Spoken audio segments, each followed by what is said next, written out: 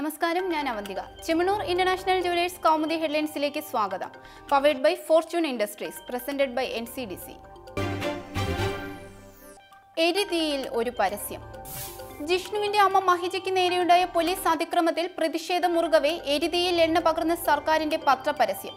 DGP ഓഫീസിന് മുന്നിലെ police നടപടിയെ ന്യായീകരിക്കുന്ന പരസ്യത്തിൽ മഹിജയുടെ കണ്ണീരിനെ മുതലെടുക്കാൻ ചിലർ ബോധപൂർവം ശ്രമിക്കുന്നതായും ആക്ഷേപം. ജിഷ്ണു കേസ് പ്രചരണം എന്ത്, സത്യമെന്ത് എന്ന തലക്കെട്ടിൽ പരസ്യം ആരംഭിക്കുന്നത് സത്യങ്ങൾ തമസ്കരിക്കുന്ന പ്രചാരണങ്ങളാണ് നടക്കുന്നത് എന്ന ആമുഖത്തോടെ. പോലീസ് ആസ്ഥാനത്ത് പ്രശ്നങ്ങൾ ഉണ്ടാക്കിയത് മഹിജയ്ക്കൊപ്പം എത്തിയ നുഴഞ്ഞുകയറ്റക്കാർ. മഹിജയെ പോലീസ് വലിച്ചിഴച്ചതായ പ്രചരണം ശരിയല്ല. പോലീസ് അതിക്രമത്തിന് തെളിവുകൾ ലഭിച്ചിട്ടില്ലെന്നും വിശദീകരണം. DGP ഓഫീസിന് മുന്നിലെ സംഭവങ്ങളും തുടർന്നുണ്ടായ സമരങ്ങളും സർക്കാരിനെതിരായ ഗൂഢനീക്കത്തിന്റെ പ്രതിഫലനം. സർക്കാർ സ്വീകരിക്കുന്നത് മഹിജയുടെയും കുടുംബത്തിന്റെയും വേദന മനസ്സിലാക്കിയുള്ള നടപടികൾ. അടിയന്തര ധനസഹായം അനുവദിച്ചത് അതിന്റെ ഭാഗമായെന്നും ന്യായീകരണം.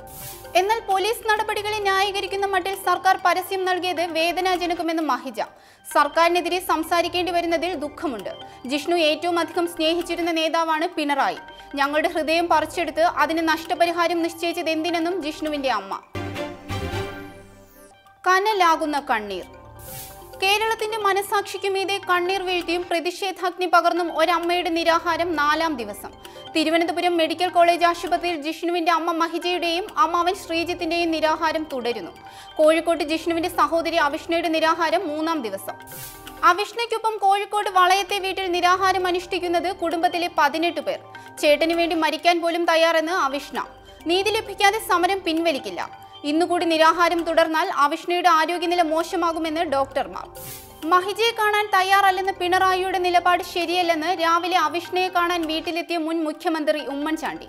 സർക്കാർ നൽകിയ പരസ്യത്തിൽ പറയുന്ന കാര്യങ്ങൾ കുടുംബത്തെ ബോധ്യപ്പെടുത്തണം. വിഷയത്തെ രാഷ്ട്രീയമായി ഉപയോഗപ്പെടുത്താൻ ഒരിക്കലും ശ്രമിക്കില്ലെന്നും ഉമ്മൻചാണ്ടി. പിടിവിട്ടു പോകുന്ന പിടിവാശി. മഹിജയ്ക്ക് നേരെയുള്ള പോലീസ് അതിക്രമത്തിൽ മറുപടി കാണാത്ത പ്രതിരോധത്തിൽ സർക്കാർ. വിഷയം കൈവിട്ടു പോകുന്ന സാഹചര്യത്തിൽ പിണറായി മഹിജയെ കണ്ടേക്കും. തിങ്കളാഴ്ച തലസ്ഥാനത്തെത്തുന്ന മുഖ്യമന്ത്രി ഇക്കാര്യത്തിൽ പാർട്ടി നേതൃത്വവുമായും മുന്നണിയുമായും ചർച്ച നടത്തും. പ്രശ്നം കൂടുതൽ വഷളാക്കരുതെന്ന നിലപാടിൽ മുന്നണി നേതൃത്വം. കെണിവച്ചു പിടിച്ച കുരുക്ക്.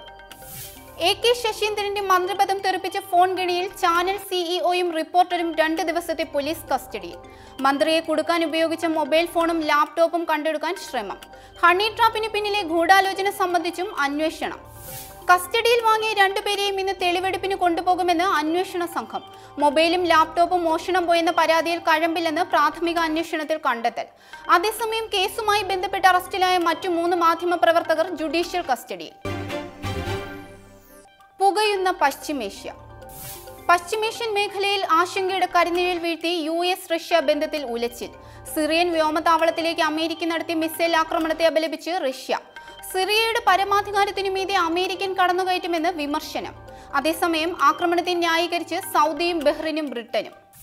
അമേരിക്കൻ ആക്രമണം കഴിഞ്ഞ ചൊവ്വാഴ്ച സിറിയൻ സേന നടത്തിയ രാസായുധ ആക്രമണത്തിന് തിരിച്ചടിയായി. രാസായുധ പ്രയോഗത്തിൽ 86 പേർ കൊല്ലപ്പെട്ടപ്പോൾ US മിസൈൽ ആക്രമണത്തിൽ മരിച്ചത് 9 പേർ. അമേരിക്കൻ സേനയുടെ ആക്രമണം പ്രസിഡന്റ് ട്രംപിന്റെ നേരിട്ടുള്ള ഉത്തരവനുസരിച്ച്. മിസൈൽ ആക്രമണത്തിന്റെ പേരിൽ അമേരിക്കയ്ക്ക് മുന്നറിയിപ്പ് നൽകി റഷ്യ. US നടപടി നിയമവിരുദ്ധം. അമേരിക്കയുമായുള്ള ബന്ധത്തിൽ മാറ്റമുണ്ടാകുമെന്നും പുടിന്റെ മുന്നറിയിപ്പ്. 6 വർഷമായി തുടരുന്ന സിറിയൻ ആഭ്യന്തര കലാപത്തിൽ US സേനയുടെ നേരിട്ടുള്ള ഇടപെടൽ ഇതാദ്യം. Chemmanur international jewellers Kaumudi headlines സമാപിക്കുന്നു. Powered by Fortune industries, presented by NCDC. അടുത്ത ഹെഡ്ലൈൻസ് 1 മണിക്കൂറിന് ശേഷം. നമസ്കാരം.